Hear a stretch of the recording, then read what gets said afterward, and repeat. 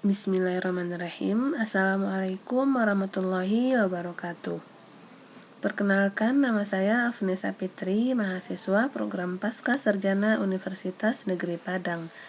Baiklah, pada video kali ini saya akan menjelaskan materi pada mata kuliah analisis real, yaitu tentang 2.2.1 definisi nilai mutlak dan teorema 2.2.2.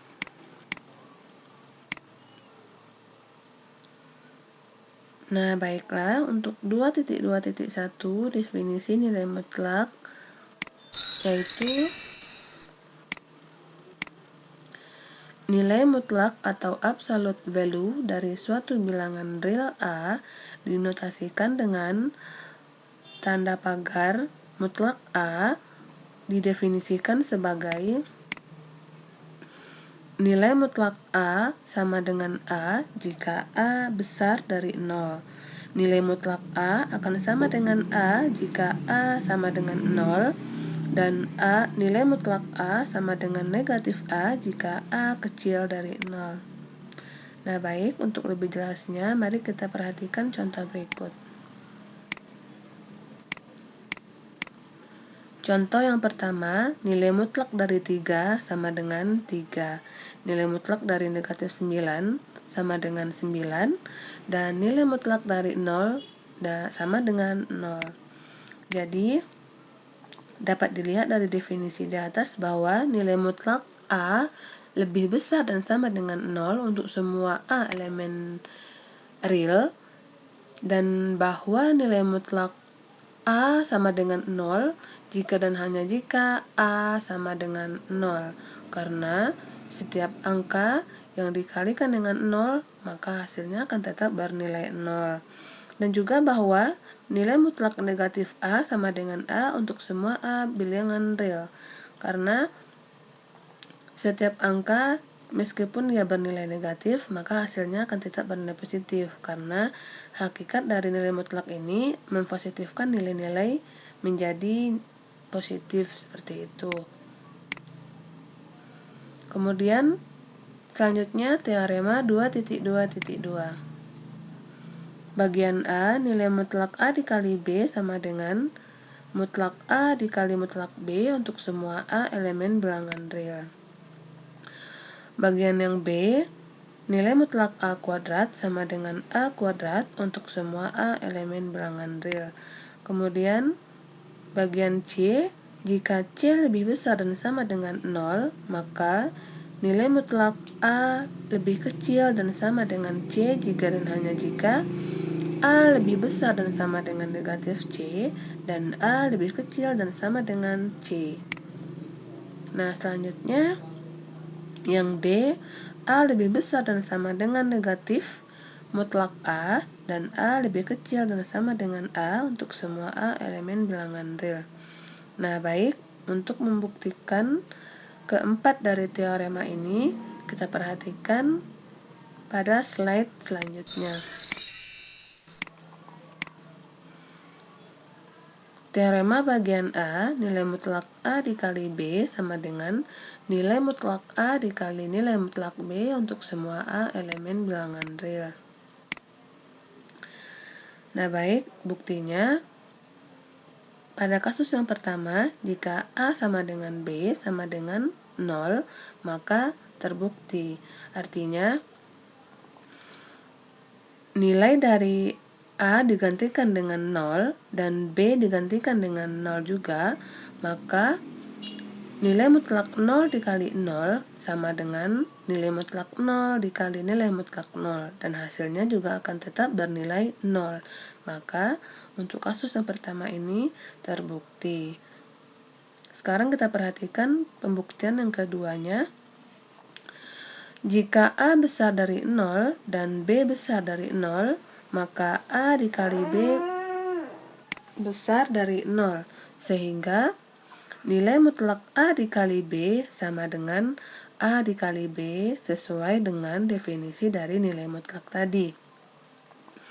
Nilai mutlak A akan sama dengan A, dan nilai mutlak B akan sama dengan B. Dan juga sama hasilnya A dikali B akan sama dengan nilai mutlak A dikali nilai mutlak B. Nah, sekarang kita perhatikan kasus yang ketiga. Jika A besar dari 0 dan B kecil dari 0, maka A dikali B kecil dari 0. Sehingga diperoleh nilai mutlak A dikali B akan memiliki dua kemungkinan. Akan sama dengan negatif A dikali B dan juga akan sama dengan A dikali negatif B. Sesuai dengan definisi dari nilai mutlak. A sama dengan mutlak A dan negatif B akan juga tetap bernilai plus dan menjadi mutlak B. Sehingga terbuktilah dari ketiga kasus ini, terbuktilah untuk teorema bagian A, yaitu nilai mutlak A dikali B sama dengan nilai mutlak A dikali nilai mutlak B untuk semua A elemen bilangan real.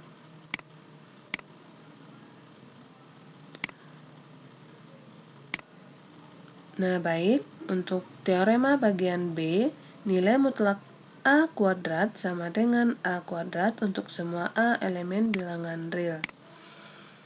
Buktinya, karena A kuadrat lebih besar dan sama dengan 0, maka A kuadrat sama dengan mutlak A kuadrat.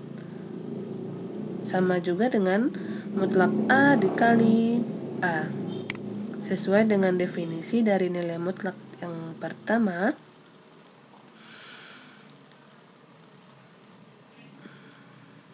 sesuai dengan teorema pada poin A, nilai mutlak A dikali B akan sama dengan mutlak A dikali mutlak B. Begitupun dengan kasus yang ini, mutlak A dikali A akan sama dengan mutlak A dikali mutlak A. Dan hasilnya mutlak A kuadrat. Sehingga untuk yang teorema bagian B terbukti bahwa mutlak A kuadrat sama dengan A kuadrat untuk semua A elemen bilangan real. Selanjutnya kita perhatikan teorema bagian C,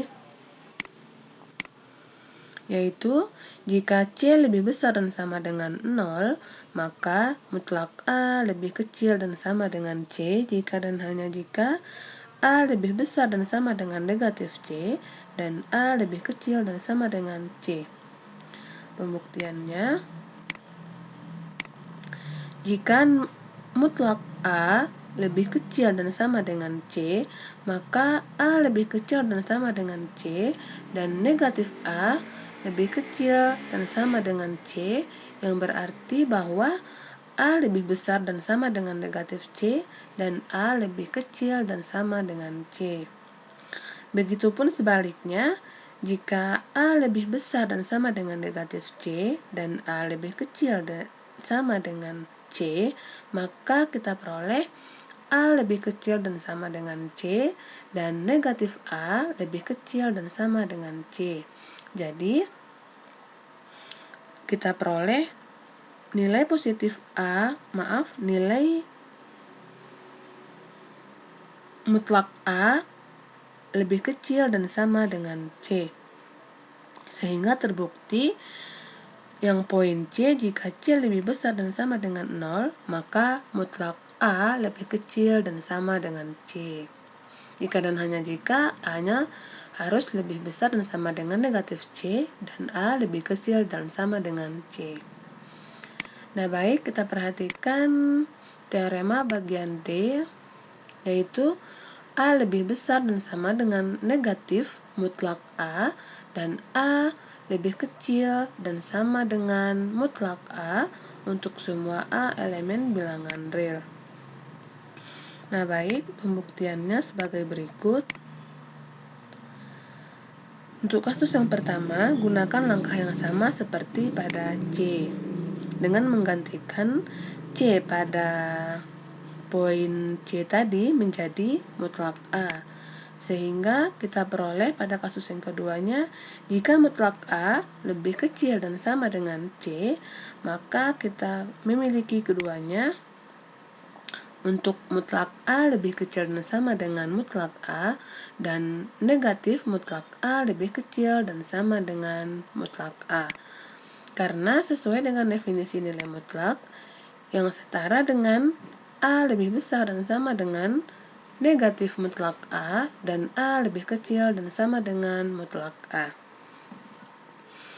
Sehingga terbuktilah bahwa A lebih besar dan sama dengan negatif mutlak A, dan A lebih kecil dan sama dengan mutlak A untuk semua A elemen bilangan real.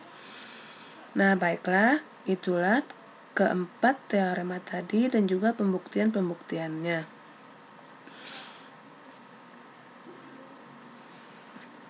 Nah, baik. Hanya inilah yang dapat saya sampaikan. Lebih kurang mohon maaf. Saya akhiri dengan wassalamualaikum warahmatullahi wabarakatuh.